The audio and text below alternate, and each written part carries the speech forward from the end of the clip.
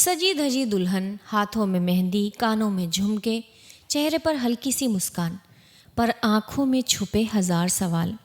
शादी की पहली रात, चारों तरफ रोशनी, रिश्तेदारों की हंसी, मिठाइयों की खुशबू और बीच में एक कमरा जहां बैठी है शालिनी। शादी हो चुकी है पर उसे अब तक सब कुछ सपना लग रहा है। तभी उसके कानों में एक फुसफुसाहट पड़ती है। दरवाजे के उस पार से आती आवाज़ उसके पति की। यार, मैं तो नेहा से प्यार करता हूँ। ये शादी तो बस पापा मम्मी के कहने पर कर ली। अब जो है एडजस्ट कर लूँगा। बस इतना सुनते ही शालिनी की दुनिया रुक जाती है। क्या वाकई उसकी शादी एक समझौता है? ये कहानी एक भावुक रात की कहानी नहीं, बल्कि उन लाखों लड़कियों की कहानी है जो रिश्तों में सिर्फ इसलिए चुप रहती हैं क्योंकि समाज कहता है समझौता करो। शालिनी एक मिडिल क्लास परिवार की सीधी सादी लड़की जो कानपुर में एक टीचर है। पढ़ी लिखी, आत्मनिर्भर, परंपराओं में विश्वास रखने वाली। पिता एक ईमानदार रिटायर्ड बैंक कर्मचारी और माँ गृहिणी। घर में बेटी नहीं, बेटे की तरह पाली गई। हर जिम्मेदारी निभाई है, अपने पैरों पर खड़ी हुई है। शादी तय हुई एक रिश्तेदार की पहचान से, जैसे आज भी भारत के कई घरों में होती है। लड़का अमन एक सॉफ्टवेयर इंजीनियर है। शादी की तैयारियां होती रहीं पर अमन कभी बहुत उत्साहित नहीं दिखा। सबने कहा लड़के ऐसे ही होते हैं, शादी के बाद सब ठीक हो जाएगा।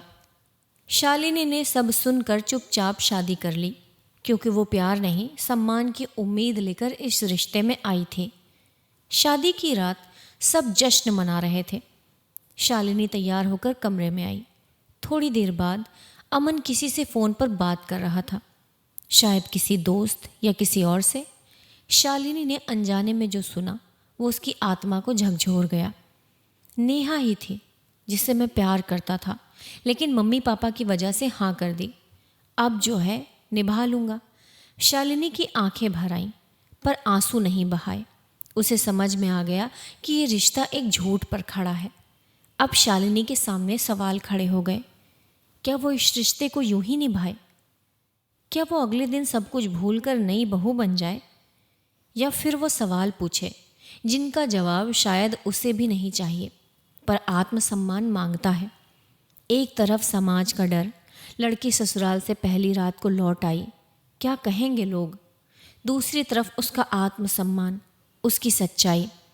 क्या वो एक ऐसे रिश्ते में रह सकती है जहां उसे अपनाया ही नहीं गया? शालिनी ने वही किया जो बहुत कम लड़कियां कर पाती हैं। वो अमन के पास गई और सीधा सवाल किया, जब तुम नेहा से प्यार करते हो तो मुझे क्यों इस रिश्ते में लाए? अमन चौंक गया। वो सोच भी नहीं पाया था कि शालिनी सब कुछ सुन चुकी है। वो झेंपा, सफाई देने लगा, लेकिन शालिनी गुस्से में नहीं थी।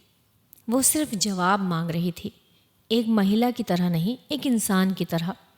रात भर दोनों बात करते रहे। अमन ने माना कि ये रिश्ता उसने दबाव में किया है, पर उसने ये नहीं बताया कि अब क्या करेगा।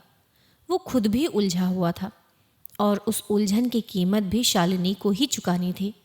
सुबह होने से पहले शालिनी ने चुपचाप अपना बैग पैक किया। ना कोई रोना, ना कोई ड्रामा, बस एक चिट्ठी छोड़ी अपने और अमन के परिवार के लिए। मैं भाग नहीं रही, मैं झूठ से दूर जा रही हूँ। मैं किसी की मजबूरी नहीं, किसी का सम्मान बनना चाहती हूँ। जब तक अमन खुद अपने फैसले नहीं ले सकता, तब तक मैं उसके साथ अपना जीवन नहीं बिता सकती। 2 दिन बाद अमन खुद शालिनी के घर आया, न उसे मनाने, न उसे वापस लाने, बस माफ़ी मांगने। उसने सब कुछ अपने माता पिता को बता दिया था, नेहा को भी, पर तब तक नेहा किसी और की हो चुकी थी। अमन ने खुद के साथ किया धोखा समझा और पहली बार अपनी गलती मानी। वो बोला, अगर तुम चाहो तो हम नए सिरे से शुरू कर सकते हैं, नहीं तो मैं समझूंगा। शालिनी ने मुस्कुराकर कहा, मैं तुमसे प्यार नहीं करती अमन, और तुम खुद से भी नहीं करते। जब तक हम खुद से रिश्ता नहीं जोड़ते, तब तक किसी और से कैसे निभा पाएंगे। वो उसके साथ नहीं गई। उसने स्कूल लौटने का फैसला किया, अपनी पढ़ाई लिखाई और खुद की ज़िंदगी पर ध्यान देने का, बिना किसी कटुता के, पर पूरे आत्मसम्मान के साथ। इस कहानी में ना कोई विलन है, ना कोई हीरो, सिर्फ एक लड़की है जिसने चुप रहने से इनकार किया। जो रिश्तों में समझौते नहीं, सच्चाई चाहती थी। उसने ना किसी को नीचा दिखाया, ना किसी को दोषी ठहराया, बस खुद को झूठ में जीने नहीं दिया। क्योंकि शादी सिर्फ रस्में नहीं होती, बल्कि दो सच्चे इंसानों के बीच का इम्तिहान होती है। और जहाँ इम्तिहान में कोई एक पहले से ही अनुपस्थित हो, वहाँ पास होने का सपना बेवकूफ़ी है। क्या आप भी किसी ऐसे रिश्ते में बंधे हैं जो दबाव से बनाया गया हो? आपका दिल कहीं और था, लेकिन समाज ने कहा कि अपना दिल वहाँ से हटाकर इस जगह पर लगाओ। क्या आप भी किसी अनचाही शादी में अभी तक हैं? कमेंट बॉक्स में ज़रूर बताइएगा। इसी तरीके की और कहानी सुनने के लिए कथावाणी चैनल को ज़रूर सब्सक्राइब कीजिए। मिलते हैं आपसे अगली कहानी में। धन्यवाद।